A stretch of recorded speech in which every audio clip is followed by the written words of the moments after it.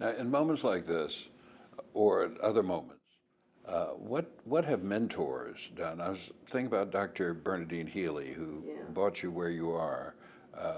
People in the community. You mentioned going to church in Boston, meeting people through the sorority.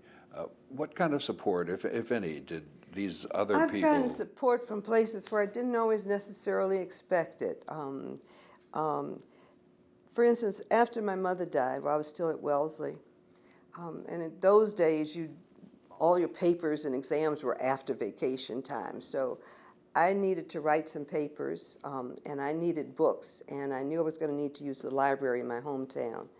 Now, we're talking about 1961, 62. And I wrote to my father and said, please find out if we can get some books from the library. And what happened was that we were told that, now this is in the 60s, this is long after the 1954, that I could not have access to the city library. And no, I could not have my high school librarian get books for me there. I was not allowed to use them. We checked with Lynchburg College, Randolph-Macon, Sweetbriar College, which were the colleges in the community and in my city, and were told that no, I could not have access to the library. I could not take books out, and I could not get somebody to get them for me. Now, we didn't have much money. I'd lost my mother, and I'm thinking, what am I going to do? I can't stay in Boston over the holidays. I want to go home, but I've got to work on these papers, and I was just torn. I didn't know what to do, especially after being in so-called integrated Boston and then still having to face these problems.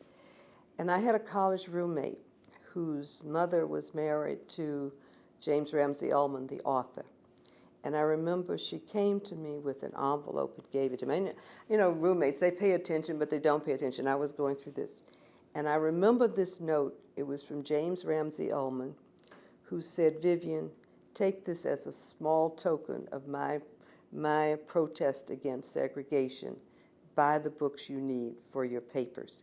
And it was a check for $75, which at that point was a huge amount of money. I mean, I had met him, he was nice, but I had never talked to him.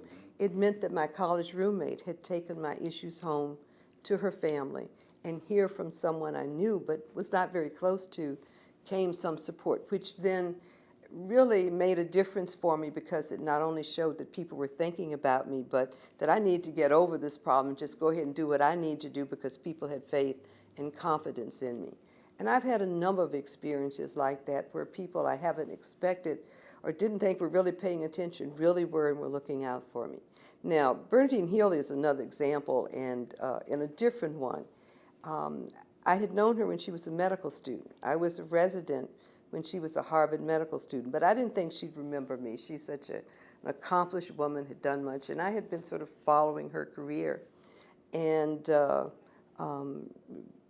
she was obviously had become very well known in the medical world, and she was named as director of the NIH, and I thought she'll never remember me. I remember when she was a medical student.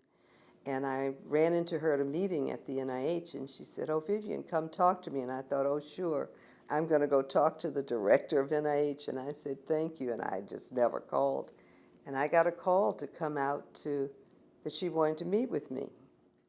And I said, and it was on a Tuesday at 10 a.m. And I said, but I've got lectures at 8. So that's the only time she has, and she wants to see you. So I said, okay, I'll be there. And I came in to see her. I wasn't sure what she wanted. And she said, Vivian, I've been following your career. I remember when you were a resident and I was a medical student. We've got this new office. Why don't you come out and head up this new office of women's health at NIH? Happened like that. And the media loved it. They called it the Old Girls Network, and I think it really was. But here's someone from my past that I had known who gave me an opportunity that I never would have pursued. I never would have thought to apply for a position such as this. And it's really made a difference in my life. I just have loved what we're doing, but it put me in a whole nother realm of opportunity, a whole nother realm of career. And I also think that her support for what I wanted to do in this position made a difference. So yes, I'm very proud of knowing her, and I am very grateful to her for allowing me to and actually bringing me into this situation and providing the support that I think really made the difference in bringing women's health research off the ground.